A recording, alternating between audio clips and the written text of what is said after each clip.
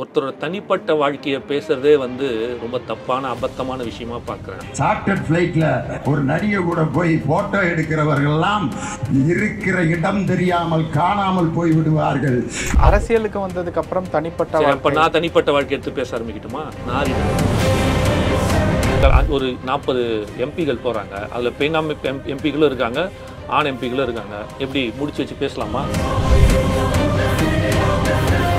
இந்த அறவேக்காடா பேசுகிற தலைவன் கிடையாது விஜயன் தான். தான் ஒரு விஷயத்த சொன்னார் அப்படின்னா அதுக்கு மாற்று கருத்தாவோ தவறாவோ இருக்கக்கூடாதுன்றதுல தெளிவாக இருக்காரு.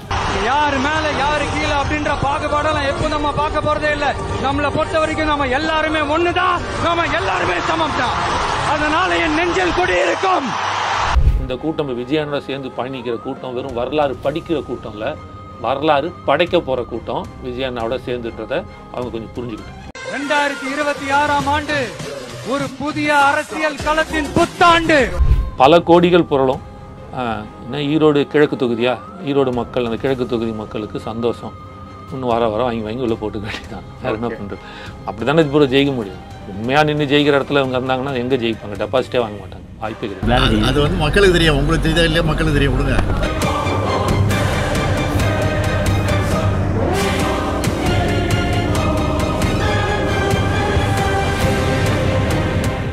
ரியலோ நேயர்களுக்கு வணக்கம். இன்று நம்மளுடைய நேர்காணலுக்கு தமிழ்நாடு இளைஞர் கட்சியை சேர்ந்த திரு காமேஷ் அவர்கள் அணிஞ்சிருக்காங்க. பிரதர் வணக்கம். வணக்கம் பிரதர், எப்படி இருக்கீங்க? ரொம்ப நல்லா இருக்கேன் பிரதர். என்ன திமுக பக்கம் அடி ரொம்ப ஓவரா இருக்கு. கிட்டத்தட்ட இளைஞர்களுடைய கொள்கையை பரப்பிட்டு இருக்கக்கூடிய உதயநிதியினுடைய பாராட்டுகள் ஒரு பக்கம் இருந்தாலும், இந்த பக்கம் கோவாவுக்கு போய் திருமணத்துல போட்டோ எடுத்துக்கிட்டவங்கலாம் இந்த மாதிரி பேசக்கூடாது அப்படின்ட்டு பேசிட்டு இருக்காங்க. பாத்தீங்களா? என்ன கோவாக்கு போனாரு, அவரோட சக நடிகையாக நடித்த ஒரு 4-5 படத்தில் நடித்த ஹீரோயின், அது ஒரு மரியாதை நிமித்தமாக நட்பு ரீதியாக போயிட்டு வந்தார். அது எனக்கு தெரியும். அடுத்து முதல்ல ஏதோ ஒன்று என்ன சொன்னீங்க? உதயநிதியினுடைய பாராட்டு இன்னைக்கு இருக்கக்கூடிய இந்த அரசியல் இல்லை அதுக்கு முன்னாடி ஏதோ ஒன்று சொன்னீங்களே, ஏதோ கொள்கை ரீதியான விஷயங்கள். அதுக்கப்புறம் திமுகவினுடைய கொள்கை ரீதியான இல்ல நீங்க திமுகன்னு சொல்லியே, வேற அந்த கட்சியை சார்ந்தவர் தான் சொல்றேன். நீங்க திமுகன்னு சொல்ல, கட்சியை சார்ந்ததும் சொல்ல, ஒருத்தர் பேர் சொல்லி சொன்னீங்கல்ல, அதனால தான் கேட்குறேன். பேர் சொல்லிடலாமா? சொல்லுங்க தாராளமாக. திண்டுக்கல் லியோனி அவர்கள், தமிழ்நாடு பாடநூல் கழக தலைவர். நானும் அந்த வீடியோ பார்த்தேன். சொம்பு தூக்கலாம், அண்டா தூக்கக்கூடாது. என்ன இதெல்லாம் அண்டாக போயின்னு இருக்குது. இன்னும் டேங்க் தான், சின்டெக்ஸ் டேங்க் ரேஞ்சில் உட்காந்து தூக்கிட்டு இருக்கிறாங்க. நான் பார்த்தேன் நிறையா விஷயங்கள். அதில் முதல்ல ஒருத்தரோட தனிப்பட்ட வாழ்க்கையை பேசுறதே ரொம்ப தப்பான அபத்தமான விஷயமா பார்க்குறேன். அரசியலுக்கு வந்ததுக்கு அப்புறம் தனிப்பட்ட அப்போ நான் தனிப்பட்ட வாழ்க்கை எடுத்து பேச ஆரம்பிக்கட்டுமா? நாரிடும். புரியுதுங்களா? ஒருத்தரோட தனிப்பட்ட வாழ்க்கையை பேசுறதுக்கு யாருக்குமே ரைட்ஸ் கிடையாது. அது அவர்களோட தனிப்பட்டது. ஒரு உதாரணத்துக்கு பிரெஞ்சு அதிபர் தெரியுமா? என்ன இமானுவேல் பிரெஞ்சு அதிபராக இருக்கார் இல்லையா? அவருக்கு வயசு என்ன தெரியும்ல? 40 வயசு. அவர் கல்யாணம் பண்ணிக்கிட்டது அவரோட ஆசிரியர் 60 வயசு. மக்கள் எதை பார்த்தாங்க? தனிப்பட்ட வாழ்க்கையை பார்த்தாங்களா, இல்லை அவரோட நாட்டுக்கான சீர்திருத்தங்களை பார்த்தாங்களா? சோஷியல் ஒர்க் தான். அவ்வளோதான் தேவை. அந்த மரியாதை தான் பார்க்கணும். அவர் ஒரு ஆசிரியராக இருந்து ஒரு பாடநூல் கழகத்தில் இருந்து வந்திருக்காருன்ற போது அவர் இவ்வளோ கேவலமாக கீழ்த்தனமாக கீழே இறங்கி பேசக்கூடாது. அப்போ நாங்கள் பேச ஆரம்பித்தோம்னா திருப்பி ரொம்ப அசிங்கமாக இருக்கும். எல்லாரை பற்றி பேசலாம். நான் எங்கேருந்துலாமலாம் ஆரம்பிப்பேன். வரலாறு நீங்கள் பேசுகிறீங்களா, அந்த வரலாறுலேயே நான் ஸ்டார்ட் பண்ணேன்னா அப்புறம் ரொம்ப கேவலமாக இருக்கும். அது தனிப்பட்ட வாழ்க்கையை பேசக்கூடாது. முதல்ல தனிப்பட்ட வாழ்க்கையும் கிடையாது. ஒரு நண்பரோட கல்யாணத்துக்கு போயிட்டு வர்றாரு, அவ்வளோதான். கூட ஃப்ளைட்டில் போனாங்க, யார் வேணாலும் போகலாங்க. அதில் 7 பேர் போயிருக்காங்க, 6 பேர். இதில் என்னங்க தப்பு? எனக்கு புரியவே இல்லை. அவர் சொன்ன அந்த வார்த்தையை கவனிங்களா? ஒரு நடிகை கூட விமானத்துல போனவங்க எல்லாம் இந்த மாதிரி பேச வந்துட்டாங்க. என்ன நடிகையோட போன என்ன தப்பு? எங்க சக நடிகைங்க, இவங்களும் ஃப்ரெண்டு, அவங்களும் ஃப்ரெண்டு. இப்போ நான் ஒரு கேள்வி கேட்குறேன். உதாரணத்துக்கு தமிழ்நாட்டிலேருந்து 4 பேர், ஒரு 40 எம்பிகள் போகிறாங்க. அதில் பெண் எம்பிகளும் இருக்காங்க, ஆண் எம்பிகளும் இருக்காங்க. எப்படி முடிச்சு வச்சு பேசலாமா? பேசுவோமா நம்மளும்? ஏன் எல்லோரும் ஒரே ஃப்ளைட்டில் போகிறீங்க? தனித்தனி ஃப்ளைட்டில் போக மாட்டிங்களா? ஏன் பக்கத்தில் உட்காந்தீங்க? இப்படின்னு ஒன்றா நான் பேச ஆரம்பிக்கட்டுமா? அதில் நாகரிகம் இல்லாத பேச்சுன்றேன். அது இவ்வளோதான் இவங்களுக்கு இருக்கிற. நீங்கள் கேட்டிங்களா இந்த கொள்கை, வரலாறு, படைப்பு இதெல்லாம் சொன்னீங்கல்ல, இவ்வளோதான் இவங்களுக்கு. புரிஞ்சுக்குங்க. முதல்ல இவங்க பேசுகிற லட்சணமே இவ்வளோதான். கருத்தியல் ரீதியாக பேசுங்க. உங்களுக்கு ஒரு பிரச்சனை இருக்குது, உங்களை பற்றின ஒரு விஷயத்தை எடுத்து வைக்கிறாங்க அப்படின்னா அதோட கருத்தியல் ரீதியாக எடுத்து பேசுங்க. அதை விட்டு என்னெல்லாமெல்லாம் பேசணுமேனு பேசாதீங்க. அப்போ நான் 6 மணிக்கு மேலே வேற ஒன்று பேசுவேன் லியோனியை பற்றி என்ன நடக்குதுன்னு. அப்போ நம்ம அதை பேசுவோமா உட்காந்து? இதெல்லாம் பேச்சு கிடையாது. அதுதான் சொல்கிறேன்ல, அந்த அளவுக்கு கீழ்த்தனமாக தள்ளிடாதீங்க. புரியுதா? இந்த காலத்து இளைஞர்கள் எந்த திமுகவோட ஆதரவான இளைஞர்கள் கூட இருக்கட்டும், அவங்க கூட இப்படி பிடிக்காது. அவங்களுக்கு கூட இந்த மாதிரி ஒரு அரசியல் பிடிக்காது. எங்களுக்கெல்லாம் சுத்தமாக பிடிக்கல. இவங்களை எதிர்க்கிறதுக்கு முதல் காரணமே இதுதான். நீ ஊழல்லாம் அத்தருது, எனக்கு அது கூட அப்புறம் இருக்கட்டும். எங்களுக்கு தெரியும் நீ ஊழல் பண்ணுற, கொள்ளடிக்கிற, லஞ்சம் வாங்குற, ஊழல் பண்ணுற, கொள்ளடிக்கிற, நாட்டை சொல்கிறேன்னு தெரியும். இருந்தாலும் உனக்கு ஏன் நாங்கள் ஓட்டு போட்டுட்டு இருந்தோம்னா ஒரு மதவாத அரசியல் உள்ளே வந்துடக்கூடாது தமிழ்நாட்டு அப்படின்றதுக்கு. இதுக்காக போராடின ஒரு மனுஷன் இருந்திருக்கான், பெரியார்னு ஒரு தலைவன் இருந்தான், ஒரு தாத்தா குச்சி நட்டுட்டு போயிருக்கான். அதை நம்ம இருக்கிற வரையும் காப்பாற்றணும். அது இருக்கும், காப்பாற்றணுன்ற அவசியம் இந்த பூமி அதுவாகவே மாற்றும், நேச்சர் அது. இருந்தாலும் உங்களை அந்த நோக்கத்தில் தான் நாங்கள் அப்படியே விட்டு வச்சுருக்கோம். இப்போ வேற ஒரு தலைவன் வரான், அந்த ஊழல் கூட இல்லாத ஒரு தலைவன் வரும்போது ஆட்டோமேட்டிக்காக அந்த பக்கம் திரும்புவோம். அதில் மாற்றுக்கிறது கிடையாது. நாங்கள் அப்படி தான் இருப்பாங்க மக்களும். தெரியுதா? உங்களோட சாதனைகளை பேசுங்க. அதை விட்டு முதல்ல அடுத்தவனை பற்றி பேசுறீங்க போது நீங்கள் அங்கேயே நீங்கள் வந்து இறங்கிட்டீங்கன்னு அர்த்தம். உன் வேலை என்ன? நான் வந்தேன் நின்ன நீ பேசுங்க.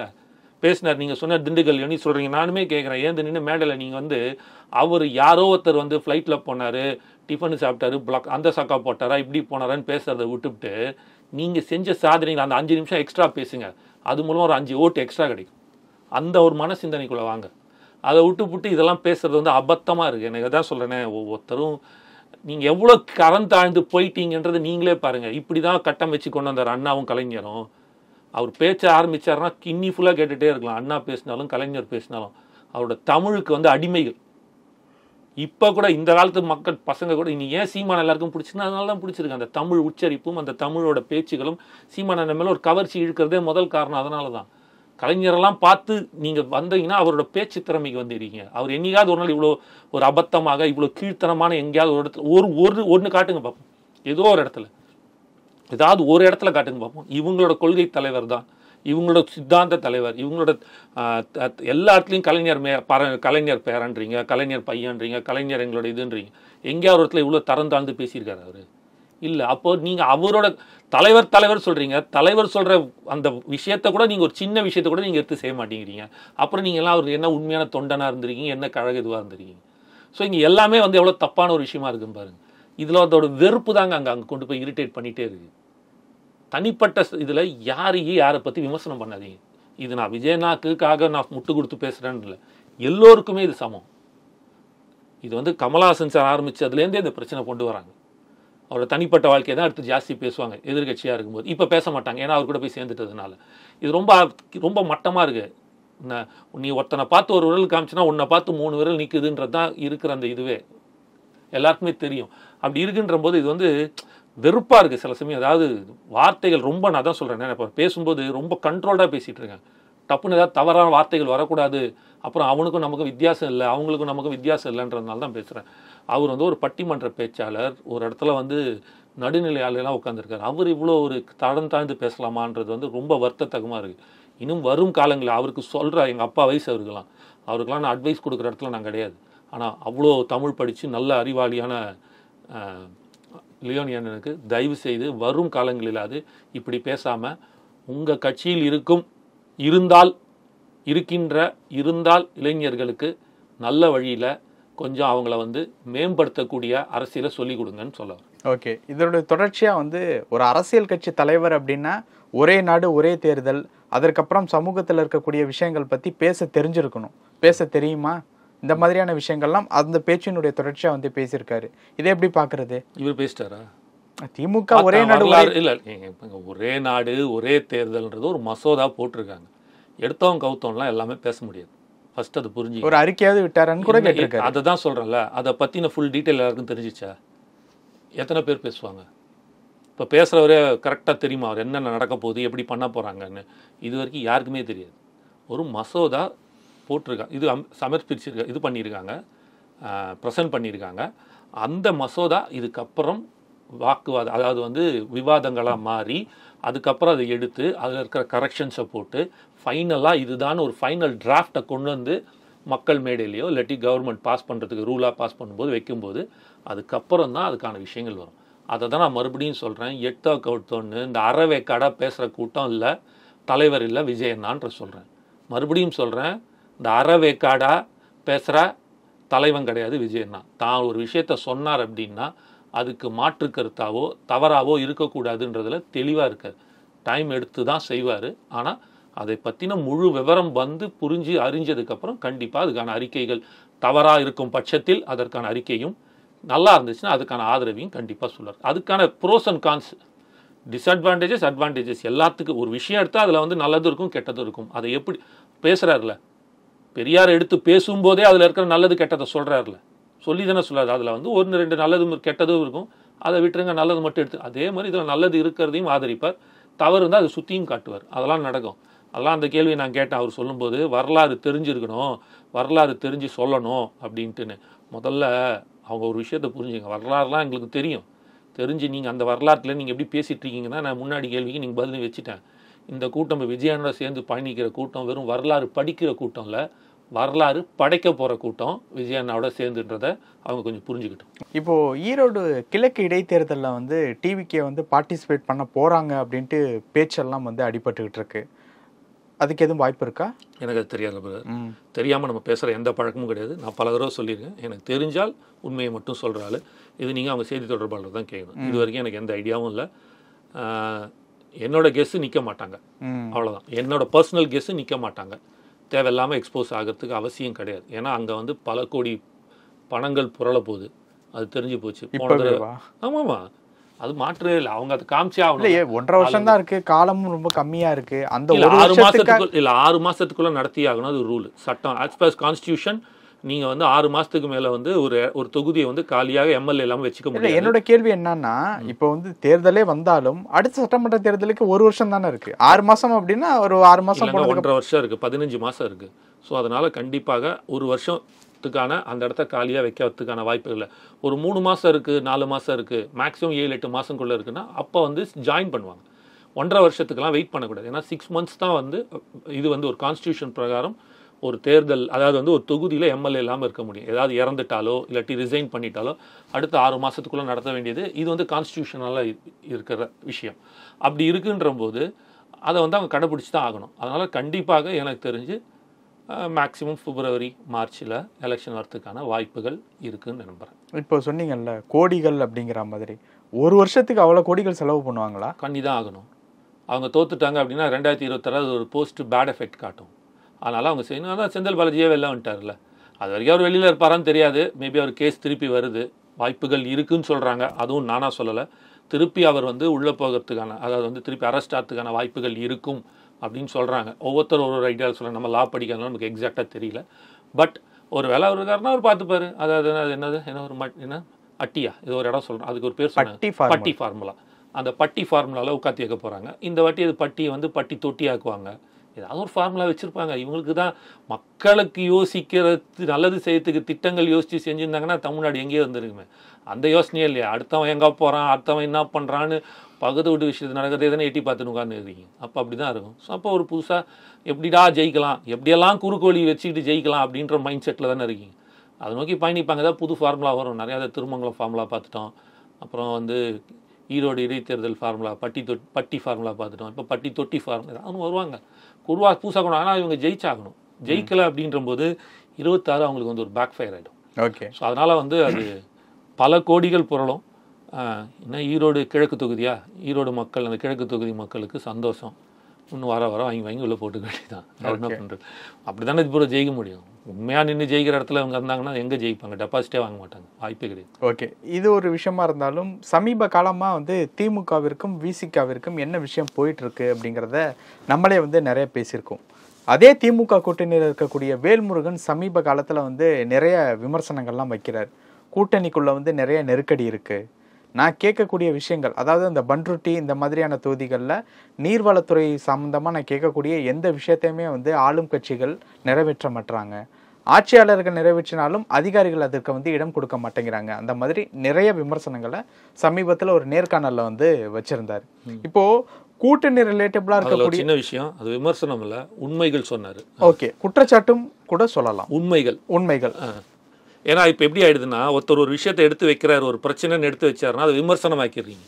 அது உண்மைன்றதை தான் வைக்கணும். விமர்சனத்துக்கு உண்மைக்கு வித்தியாசம் இருக்குது. ஓகே, புரியுதுங்களா? ஒரு டாபிக் எடுக்கிறோம், அது நீங்கள் ஒரு கருத்து சொல்லலாம், நான் ஒரு கருத்து சொல்லலாம் ஒரே விஷயத்தில், அது விமர்சனம். ஆனால் இது வந்து குற்றச்சாட்டுகள், அது உண்மைகள். முக்கியமாக உண்மையை சொல்கிறாரு, அதனால் உண்மைகள் சொல்கிறாரு சொல்கிறேன். உண்மைகள் அது கொஞ்சம் எஃபெக்டிவாக இருக்குன்றதுக்காக சொல்லலாம். உண்மைகள் அப்படின்னா ஒரு சைடில் மட்டும்தான் பேசியிருக்காரு, இன்னொரு சைடு அமைதியாக இருக்குது, ரெண்டு சைடும் கேட்காம ரொம்ப சிம்பிளாக இருக்குது. அப்போ அந்த அமைதிக்கு காரணமே அதான் அர்த்தம். ஃபர்ஸ்ட் ஒன்று புரிஞ்சு, மௌனம் சம்மதமா? ஆமாம், மௌனம் சம்மதம்னு வச்சுக்கலாம். இப்போது அவர் ஒரு எம்எல்ஏ, அவர் வந்து ஒரு சாதாரண கட்சி தலைவராகவோ இல்லைனா எதிர்கட்சியாகவோ இல்லைனா ஏதோ ஒரு இதை சார்ந்தில்லை, அவரோட கூட்டணி கட்சியில் இருக்கார். கரெக்டுங்களா? அவர் கூட்டணி கட்சி தானே இருக்கார். அவர் இன்னும் பாஜகவில் உட்கார்ந்துட்டு இருக்கலோ இல்லை அதிமுக இல்லையே, அதிமுகவோட கூட்டணி கட்சி தானே. ஒரு தன்னோட பயணிக்கக்கூடிய ஒரு கூட்டணி கட்சியே இவ்வளோ பிரச்சனைகளை எடுத்து வைக்கிது, இவ்வளோ என்ன சொல்கிற ஒரு அதிருப்தி எடுத்து வைக்கிது அப்படின்னா அப்போ என்ன எல்லாம் இருக்குன்றதை நீங்களே வந்து வரையறை பண்ணிக்கிங்க. You can judge the standard of the administration of all these 4 years. அதுதான் நான் சொல்ல முடியும். ஓகே, அவங்க அரசாங்கம் எந்த லெவலில் இருக்குன்றது, 4 வருஷத்தோட அரசாங்கம் என்ன லெவலில் இருக்குன்றது தங்கள் கூட்டணி கட்சியில் பயணிக்கும் வேல்முருகன் அவர்கள், இல்லை வேல்முருகன் தான் தெரியும், பட் இருந்தாலும் ஒரு எம்எல்ஏ இருக்கிற மக்களோட பிரதிநிதி எம்எல்ஏ இருக்கிற கூட்டணி கட்சியில் இருக்கிற அவர் வந்து சொல்கிறாரு, இந்த அளவுக்கு ஒரு குற்றச்சாட்டை எடுத்து வைக்கிறாரு அப்படின்னா அப்போது உங்களோட அட்மினிஸ்ட்ரேஷனில் எத்தனை கோளாறுகள் எத்தனை குளறுபடிகள் இருக்குன்றதை நீங்கள் தான் பார்க்கணும். ஓகே, இதுவே வந்து அவங்களோட ரேட்டிங்கை கொடுக்குது. நம்மளே ரேட் கொடுக்கணுன்ற அவசியம். இப்போ திமுகவோட 4 வருட அரசியல் ஆட்சி எப்படி இருக்குன்னு கேட்டிங்கன்னா, வேல்முருகனோட இப்போ சொல்லியிருக்காரு இல்லையா, இந்த குற்றச்சாட்டுகள் உண்மைகள் எது விமர்சனம் எதுவாக ஆனாலும் வச்சுக்கலாம், இது எல்லாமே வந்து அவங்களோட ஸ்டாண்டர்ட் ஆஃப் அட்மினிஸ்ட்ரேஷன் என்னன்னு காட்டுது. ஓகே, வேல்முருகன் இந்த பக்கம் வந்து விசிகா, இவங்களுக்குள்ள கூட்டணிகள் குளறுபடி இருந்தாலும் அது டிவிக்கே ரிலேட்டபிளாக ஏதாவது லாபமாக அமையுமா வரும் நாட்களில்? கண்டிப்பாக அமையும். இப்போது அதுதான் சொன்னேன் இல்லையா, இப்போது அண்ணாமலை ஃபஸ்ட்டே சொல்லும்போது சரி, இப்போ எல்லாருமே எப்படி பார்க்குறாங்கன்னா, ஒன்று திமுகவுக்கு மாற்று அதிமுக, அதிமுகவுக்கு மாற்று திமுக, இவங்க 2 பேரை விட்டால் வேறு வழியே இல்லையே அப்படின்ற ஒரு ரொம்ப வருத்தமான, அது என்ன சொல்லணும்னா ஒரு பெத்தட்டிக்கான ஒரு சூழ்நிலையில் இருந்தவங்க. வேறு ஆப்ஷனே இல்லை, ஆப்ஷன் இல்லைன்றது வந்து இட் வாஸ் பேத்தட்டிக். ஒன்றும் பண்ண முடியாது, ஸோ பிட்டின்னு சொல்லுவாங்க, பாவமாக இருக்குடா, வேறு வழி இல்லை, போடா ஏதோ பண்ணிட்டு போகட்டும்டா அப்படின்ற அவ்வளோ ஒரு இதுவாக இருப்பாங்க, ஏதாவது பண்ணணுமேன்ட்டுன்னு. அதாவது சில பேர் மட்டும்தான் என்ன ஆனாலும் கொள்கையை இழுத்து பிடிச்சிக்கிட்டு நான் நிற்பேன், இவங்க கூட சேர மாட்டேன், என்ன ஆனாலும் பார்ப்போம் அப்படின்றது தான் வேறு. பட் சில பேர் தே ஹாவ் டு ரன் தர் ஷோன்ற போது இது வந்து காலத்தினோட இது, யாரையும் தவறு சொல்ல முடியாது, சரின்னு சொல்ல முடியாது, அதுதான் அந்த காலத்தோட இதை வச்சு தான் குறிக்குது. புரியுதுங்களா? அப்படி இருக்குன்ற போது இப்போ இருக்கிற ஒரு சூழ்நிலை எப்படி கொண்டு வரதுன்னா, அந்த எமர்ஜிங் ஃபோர்ஸாக விஜயனா மேலே வந்துட்டு இருக்காரு.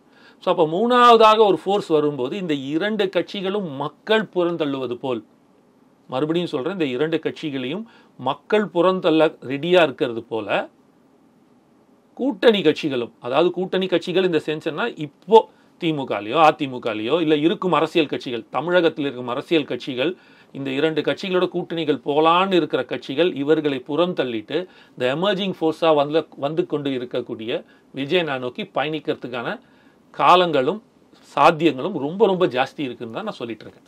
ஸோ அப்படி பார்க்கும்போது நீங்கள் இப்போ ஆப்ஷன்ஸ் அஸ் ஓப்பன்.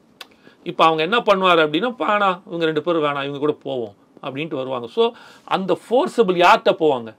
நம்பகத்தன்மை இருக்கிறவங்ககிட்ட தான் போவாங்க. புரியுதுங்களா? இப்போ நாங்கள் தமிழ்நாடு இளைஞர் கட்சி, நாங்களும் ஒரு கட்சி நடத்துகிறோம், நாங்களும் இளைஞர்கள் தான், எங்கள் கூட யாரும் கூட்டணி வர மாட்டாங்க, ஏன்னா எங்கள் மேலே ஒரு நம்பிக்கைத்தன்மை கிடையாது. இதுவே நான் ஒரு 10% ஓட்டு வாங்கி ஒரு 4 எம்எல்ஏ இருந்தாங்கன்னா அப்போ ஒரு கூட்டணிக்கான ஒரு ஸ்ட்ராங்கான ஃபோர்ஸாக எங்களை பற்றி பேசப்படும், வர முடியும். இது எல்லாமே நீங்கள் சொன்ன சோகால்டு, நான் இப்போ சொல்லிட்டு இருக்கிற இது எல்லா ஃபோர்ஸுமே அந்த எமர்ஜிங்காக வரக்கூடிய ஒரு லீடர்ஷிப் குவாலிட்டியோட அந்த பார்ட்டி வந்து ஆட்சியே பிடிக்கக்கூடிய அளவுக்கு வரக்கூடிய இடத்துல இன்றைக்கி வந்து எதிர்கட்சி ஆயிடுச்சு. இது வந்து கொடுத்தது வந்து எல்லாமே பார்த்தீங்கன்னா சென்சஸ் சர்வே ரிப்போர்ட். எதிர்கட்சி இன்னைக்கு வந்து தாவேகா எதிர்கட்சின்னு சென்சஸ் ரிப்போர்ட்டும் சர்வே எலெக்ஷன்ல நிக்காம மக்களை பார்க்காம எதிர்கட்சி கொடுத்துட்டாங்க சார். 25% யாருக்கு கொடுத்துருக்காங்க? ஒரு ஒரு எந்த ஒரு ஒரு ஒரு யூடியூப் சேனல் கொடுத்துருக்கு, 36% இன்னொரு சேனல் கொடுத்துருக்கு, 42% ஒன்று கொடுத்துருக்கு. சார் மக்கள்கிட்ட எடுத்த சர்வே ரிப்போர்ட்டு தான் சார் இது. மக்கள்கிட்ட எடுத்த சர்வே ரிப்போர்ட்டு தான் அவங்களாவ எடுத்து போட்டுக்கிட்டாங்க. சர்வே ரிப்போர்ட் அவங்க சாம்பிளிங் கொடுத்துருக்காங்கல்ல. சத்யம் டிவி ஒரு சாம்பிளிங் கொடுத்துருக்கு, சாணக்கியா டிவி ஒரு சாம்பிளிங் கொடுத்துருக்கு, இவங்க ஒரு குமுதம் ரிப்போர்ட்டர் சாம்பிளிங் கொடுத்துருங்க. சாம்பிளிங் ரிப்போர்ட்டர்ஸ்லாம் சாம்பிளிங்ஸ்லாம் பார்த்தீங்களா? அந்த சாம்பிளிங்ஸை பாருங்கள். அவங்க வந்து 31 தொகுதியில் போயிட்டு 3500 பேருன்னு ஒரு கணக்கில் எடுத்துட்டு வந்துட்டு இருக்காங்க. இவங்க வந்து கிட்டத்தட்ட 23,800 பேருன்னு சொல்லிட்டு 42,000 கிலோமீட்டர் 234 தொகுதி சுற்றி வந்திருக்கிறாங்க. குமுதம் ரிப்போர்ட்டர் இதே மாதிரி அவங்களும் களத்தில் இறங்கி 234 தொகுதியிலையும் எடுத்திருக்காங்க. ஸோ அதில் வந்து கேள்விகள் நீங்கள் பார்த்துருப்பீங்க. அந்த கேள்விகளுக்கு எடுத்த சாம்பிளிங்கோட நான் இன்ஃபேக்ட் அந்த சாம்பிளிங்கில் எரர்ஸ் இருக்கும். 10% ஒதுக்கிடுங்க. அதனால தான் 40% சொல்லும்போது கூட நான் 30% நின்றுட்டு இருக்கிறேன். 4% இறக்கிட்டேன். புரியுதுங்களா? 42% கொடுத்துருக்காங்க. 40% வச்சுப்போமே ஆவரேஜாக 40% நம்ம வச்சோம்னா 10% சாம்பிளிங் எரர்ஸ், 10% 4%, அப்போ 36%. நான் 30-35 கூட சொல்லிட்டு இருக்கேன். அப்போ obviously they are getting into the second position. அப்போ 66 எம்எல்ஏ வச்சுட்டு இருக்க ஏடிஎம்கே எதிர்க்கட்சி இல்லையா? நான் சொல்றது 26க்கு பேசிட்டு இருக்கேன். ஓகே, இப்போ இருக்கிற எதிர்க்கட்சி அவங்க 26க்கு நீங்க கேட்டுறது தான் நான் பதில் சொல்லிட்டு இருக்கேன். அப்போ 26ல டிவிக்கே எதிர்க்கட்சியா வந்துடும். இன்னைக்கு ஸ்டேஜுக்கு 26க்கு எதிர்க்கட்சி. புரியுதுங்களா? இன்னும் ஒரு களத்தில் இறங்கி அடிக்க ஆரம்பிச்சார் அப்படின்னா ஆளுங்கட்சியாக கூட வாய்ப்பு இருக்கும். இப்போ நீங்கள் கேட்டீங்க இல்லையா? இப்போ அதானே கேட்டீங்க. அப்போ தாவேகா பக்கம் திரும்பறதுக்கான வாய்ப்பு இருக்கான்னு நீங்களே தான் கேட்டீங்க. உங்கள் கேள்விக்கான பதில் தான் நான் எடுத்து வைக்கிறேன். ஏன் அந்த கேள்வி நீங்கள் கேட்குறீங்க? நீங்கள் வேற எந்த கட்சியை பார்த்து பாஜக பார்த்து ஏன் கேட்கல? ஏன் வந்து பாஜக தான் ஆல்ரெடி கூட்டணி ஃபார்ம் பண்ணி இருக்காங்க, பாமக இருக்காங்க. இருக்கட்டும், ஏன் வேல்முருகன் அங்கே போக மாட்டாரா? விசிக்கு அங்கே போகக்கூடாதா? என்ன விசிக்கு போக மாட்டாங்க? ஏன்னா பாமக பாஜக இருக்க கூட்டணியில் சிம்பிள் போகலாமா? சரி, அதிமுக போகலாம்ல. ஏன் அதிமுக இல்லாமல் நீங்கள் தாவேகா கேட்குறீங்க? சார், எதிர்கட்சியாக உட்காந்துக்கிட்டு இப்போ நீங்கள் கேட்ட 66 எம்எல்ஏக்களும் எதிர்கட்சியாக உட்காந்துட்டு இருக்கிற எடப்பாடியை பார்த்து இபிஎஸ் பக்கம் ஏன் சார் வந்து இவங்க போகாமல் தாவேகா பக்கம் திரும்புகிறாங்க? ஏன் திரும்புகிறாங்க?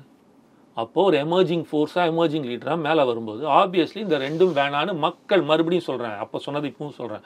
மக்கள் புறம் தள்ள காத்து கொண்டு இருக்க மாதிரி இதே அரசியல் கூட்டணி கட்சிகளும் அவர்களை புறம் தள்ளிட்டு ஒரு நல்ல கட்சியோட ஜெயிக்கக்கூடிய எல்லா அரசியல் கட்சிகளுக்கும் ப்ரோஸ் அண்ட் கான்ஸ் இருக்கும். ஒரு பர்முடேஷன் காம்பினேஷன் போட்டிருப்பாங்க. அவங்களும் உட்காந்து வியூகிச்சிருப்பாங்க. எல்லாரும் ஒன்றும் அவ்வளோலாம் கிடையாது. அவங்களுக்கு அரசியல் தெரியும். அப்போ யார் கூட போனால் நம் கட்சிக்கு நல்லது, நாம் வெற்றி அடைவோம் அப்படின்ற ஒரு கணிப்பு அவங்ககிட்ட இருக்கும். அந்த கணிப்பில் விஜயண்ணா நிற்கிறான்னு அவங்களுக்கு ஒரு நம்பிக்கை இருக்குது. அவங்கள நோக்கி பயணிக்கிறாங்க.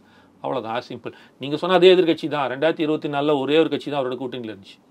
2 கட்சி எஸ்டிபிஐயும் தேமுதிக மட்டும்தான் இருந்துச்சு. வேறு எந்த கட்சி அவங்களோட கூட்டணி போகல. ஏன் போகல? ஆனால் இங்கே பார்த்தீங்க அப்படின்னா இப்போவே பேச்சுகள் ஆரம்பிக்குது. இப்போவே நிறையா உள்ள வருது.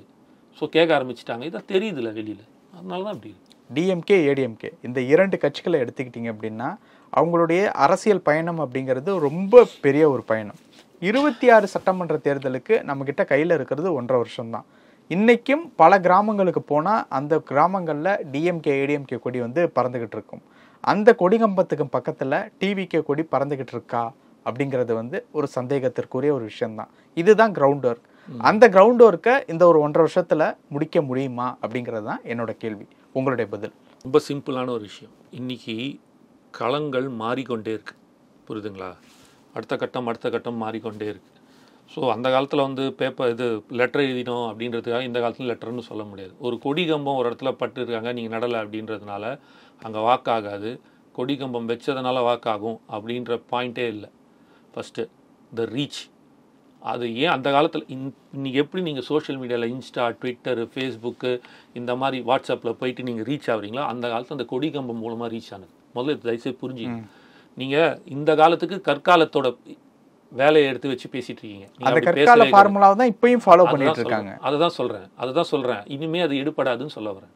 தயவுசெய்து புரிஞ்சுங்க. அவங்க ரீச் பண்ணது ஒன்று புரிஞ்சுங்க. அந்த காலத்தில் எங்கள் தாத்தா வந்து இன்லாண்ட் லெட்டர் எழுதினான்றதுக்காக கற்காலத்து ஃபார்முலா நான் இப்போ வந்து இன்லாண்ட் லெட்டர் எழுதி உங்களுக்கு லெட்டர் போட்டால் எப்படி ஓகேவா? உங்களுக்கு கிடையாதுல்ல.